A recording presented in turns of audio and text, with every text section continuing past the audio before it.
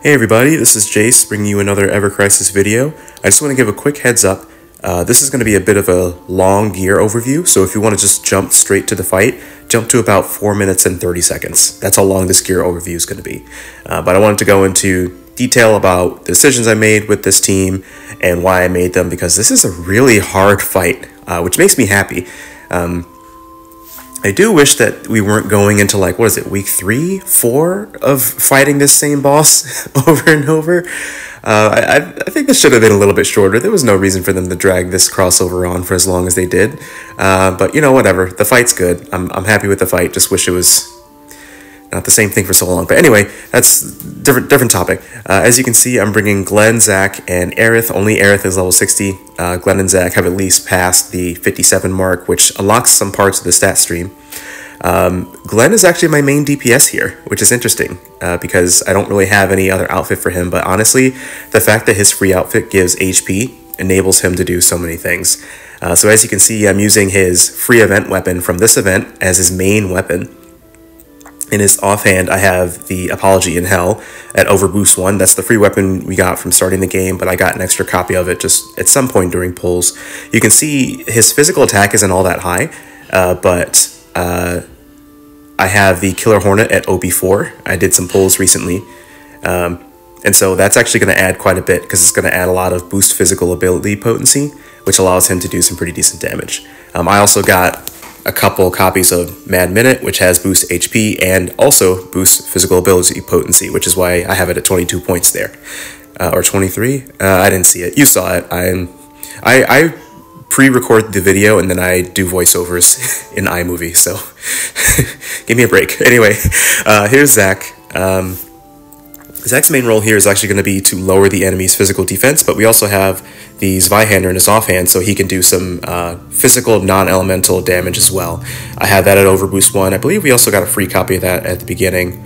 One thing I didn't cover on Glenn's page is I have a Defaith on him. I have a Defaith on all 3 of my characters here. You see it on Zack. Here are Zack's sub-weapons. I have Lucia's Bald Eagle, and then the Buster Sword, which actually at the time of recording, I could have gotten this to OB3. I forgot it was in the shop. But I have it at OB2 here, level 80. And then his Summer Event weapon at just level 70. Max Overboost, but still just level 70. Everybody is at least 6,000 HP. Here are Zack's R abilities. I maxed out his physical attack. So for Glenn, I tried to go for physical ability potency because I only have so many physical attack weapons and I had to spread them across both of these characters. Glenn and Zack both had level 8 limit breaks. As you can see here, Aerith is only level 6. I'm not boosting this limit break. Usually a summon's better, but since this calls for non-elemental damage and I need to do damage with limit breaks, we have a level 6 Seal Evil here. We have Chocobo Staff in the main hand, Fairy Tail in the offhand. We have a Defaith. I have a 4-star Cura, which is really nice. You can see Aerith's almost at 7,000 HP. Sub-weapons are Glenn's Hardcore Squad at Overboost 5. And then the Ifrit Sword at only level 60. And the Shiva Sword at only level 70. Here are Aerith's R abilities. Decent amount of healing. We have a lot of magic defense. And then focused on boost HP. Any others are just kind of... they just happen to be on the weapons, but I just want to make sure each character had enough HP, and then for Aerith, I wanted to have a certain amount of healing, which I was able to achieve just fine since I have 2 healing weapons on her and another healing weapon in the sub-weapons. And yeah, there you go. So, like I said, Glenn is going to be the main DPS, which I know is not optimal, but believe it or not, everything doesn't have to be optimal for you to clear this fight. You can see I'm not even passing 160k CP. Alright, I hope this is helpful for everybody. Let's go ahead and get into the video.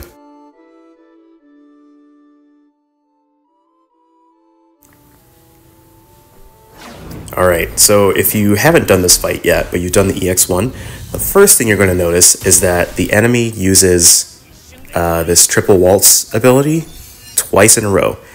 So to start off, I use a Defaith on Zack, just to get it down to 1 level of the debuff. And then as soon as the buff goes through from the other 2, that's when I'll start using Defaiths on everybody, because we want to wipe that buff off and we actually want to get him back down to one level of magic attack down.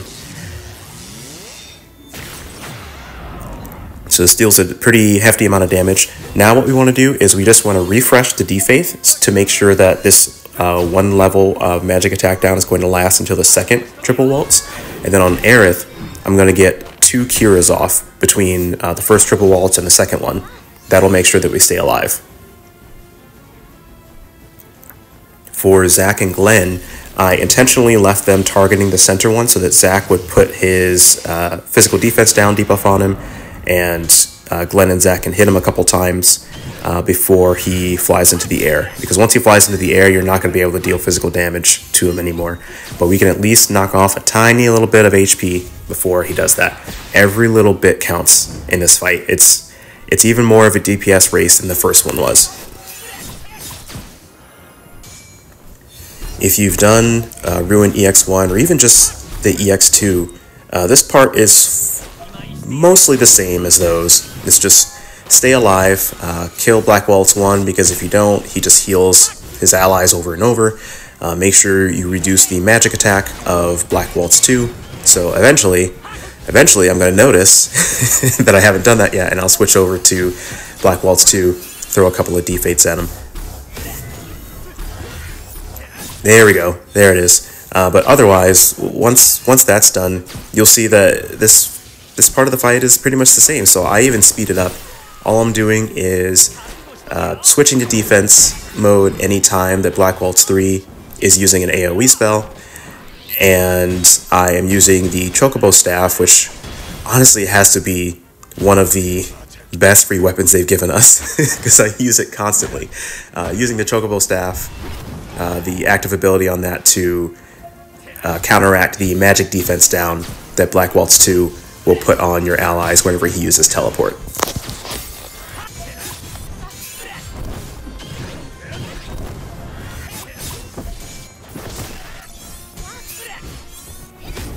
In just a couple of moments, I'm going to get Aerith's limit break up. I'm actually going to save it. You'll see that I already used Zack and Glenn's limit break on the first one because they're going to be back up when I need them.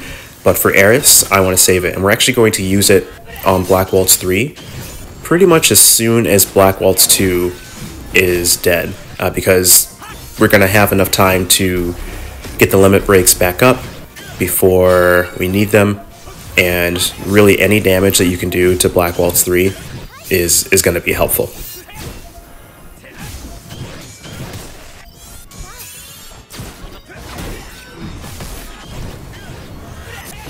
Alright, now that Black Waltz 2 is down, I return the fight to normal speed because this part it's slightly tricky. It's definitely doable if you understand the strategy. I wait until Zack puts his physical defense down debuff on the boss, which honestly I probably don't need to do because he's very strongly resisting physical damage. I doubt it really added anything, but since limit breaks are considered both physical and magical abilities, you can tell from the little icon next to Blazing Onslaught there, every limit break that deals damage has that icon, meaning that it deals physical and magical damage. So even though you're seeing gray numbers and it says resisted, if you actually look at the numbers, they're pretty much regular limit break numbers. So you can still use those here. But now what I'm going to do is I'm going to be jumping back and forth between the 3 characters to build up my limit break again. Shoutouts to Smelly Octopus for exhibiting this in his run. I didn't know you could do this. Or at least I didn't realize that you can do this. But I'm going to be jumping back and forth. First off, I want to wipe off that magic attack up buff that the boss gave himself. We don't need that. We don't need that on him. I'm going to be using Aerith to fix the magic defense down that was just put on Glenn. The magic attack down is whatever. I don't know if that's going to influence his limit break damage. It doesn't matter. We're relying on him for physical damage, not magic, so it's whatever. But otherwise, I'm going to be trying to do as little damage as possible while using as many abilities as possible in order to rebuild everybody's limit breaks. At the same time, I'm going to be trying to switch to defensive mode anytime the boss casts an AoE spell, just to mitigate some damage, and I'll also be using some heals to keep everybody alive. That's this whole part of the fight. I didn't feel comfortable doing this sped up, so I just took my time and you know, just made it happen.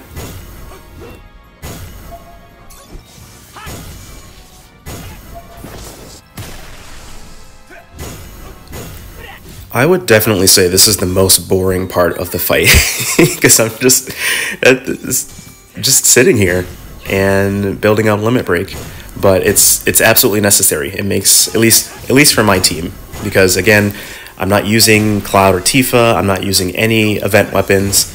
The main DPS weapons that I'm using for this are Overboost 1. If I could have used Materia, I would have, but the fact that the Overboost 1 weapons for non-elemental, they have a chance to crit, that adds up over time, and I think they just have a higher potency than the elemental weapons because they expect us to be hitting weakness, which makes complete sense.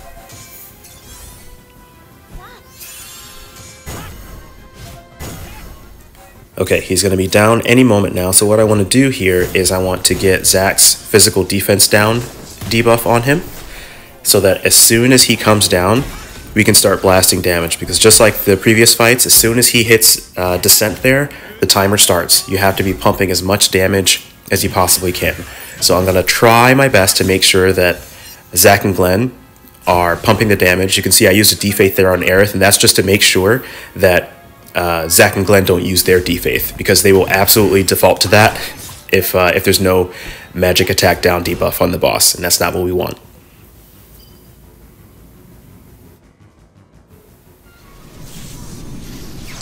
Okay, now what we're going to be doing with the limit breaks is we're going to be using limit breaks to delay his abilities. So you'll see I wait until he's just about to cast the freeze lock or whatever it's called, and then I go into a limit break. I started with Glenn's here because he's the main DPS. I want him to get his back first because it's going to hit the hardest, I think.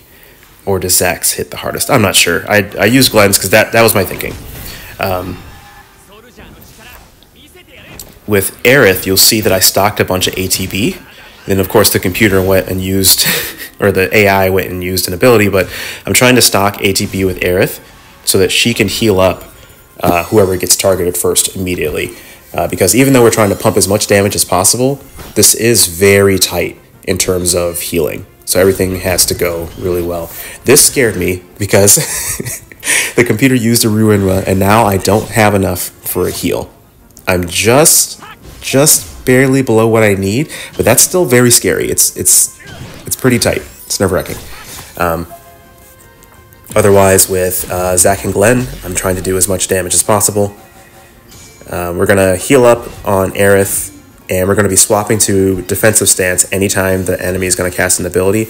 Here, I got a text from my wife letting me know that our daughter had just done her business. I had a diaper to change.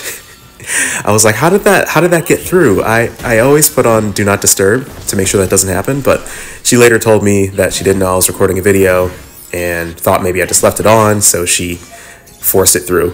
I was so taken aback, I actually took a second to pause and be like, wait, what the heck? Didn't I turn Do Not Disturb on? Anyway, for this portion, I've saved up a little bit of ATB on my characters. If Zack gets targeted, it's a little bit of a bummer because Zack has the triangle sigil break. As you can see, he's blasting through him 5 at a time. If he gets targeted, it's a little bit tight. So I just want to save ATB on at least one character. That allows us to get through. But here, it's going to be a lot of switching. I need to heal up, but I also want to make sure that Zack puts his defense down a bit, or a debuff on the boss. I want to make sure that Glenn and Zack aren't using Defaith, but I also need to make sure that Aerith is healing as much as possible because the boss is going to go straight back into damage here, and it's going to be single target, so everybody's got to be topped off because the single target heals. While I do have a 4-star Cura that helps quite a bit, it's still tight with the setup that I have. As soon as limit breaks are up, we want to again be using them to delay the boss's abilities. Every time you do that, you get just a little bit of extra ATB gauge for free. And another little thing that I've learned is if you select an ability with one of your characters, you will gain the limit break charge whether the ability actually goes off or not. So every time you're doing that, that's also a chance for you to charge your other character's limit gauges a little bit more. Unfortunately, I couldn't stop Zack from using a Defaith there, or maybe I could have, but I didn't. But ideally, I just want to be again, making them deal as much damage as possible. Aerith gets targeted here. I'm actually a little bit nervous at this point because I don't know if she has enough HP to survive, but thankfully she does. And at this point, if you watched my previous videos, you already know, at this point, no more healing. It's just all damage from this point. The only damage that the boss is going to deal to your party going forward is just one hit KO. So there's no point in even healing up Aerith. We're going to leave her at 135 HP. Same deal as before. I'm jumping back and forth between my characters to make sure they're using the abilities that I want them to use. I'm not sure if I do it here. Every once in a while, I will use a Defaith on Aerith just to make sure that other characters are not going to use it. Because, I mean, Aerith's the healer. She's not going to be exactly pumping out the damage. So, may as well add a little bit of insurance there. Yeah, there we go. I use Defaith just to make sure the other two will do what I need them to do. This part here, I'm pretty sure it's just RNG which character gets targeted. In this specific run, thankfully Aerith was targeted first so that our 2 damage dealers can continue hitting the boss. In my original clear, Glenn got targeted first and then Aerith got targeted.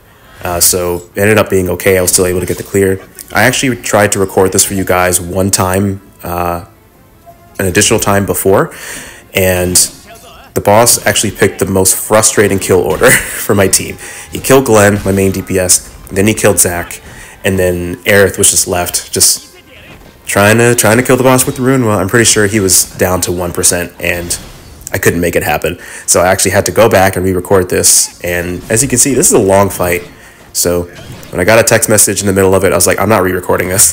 This is going on YouTube. I'll make sure I'm not doxing my family, but, you know, it's still happening. All right, our boy Zack is left the last one standing, but this last slashing thrust, just kidding.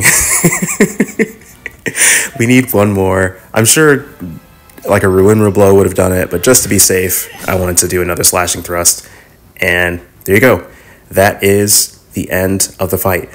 Very, very tight fight. I honestly think this is a very well-designed fight. I hope they continue to put this level of effort into the fights that they design going forward. Really enjoying it. My thinking is always try the fight first. The fights are here for usually like 2 weeks. We can take our time. We're always going to be getting stronger. We don't always have to pull for the event weapon to clear it. And this is just an example of that. So hope you enjoyed the video, and I'll catch you in the next one.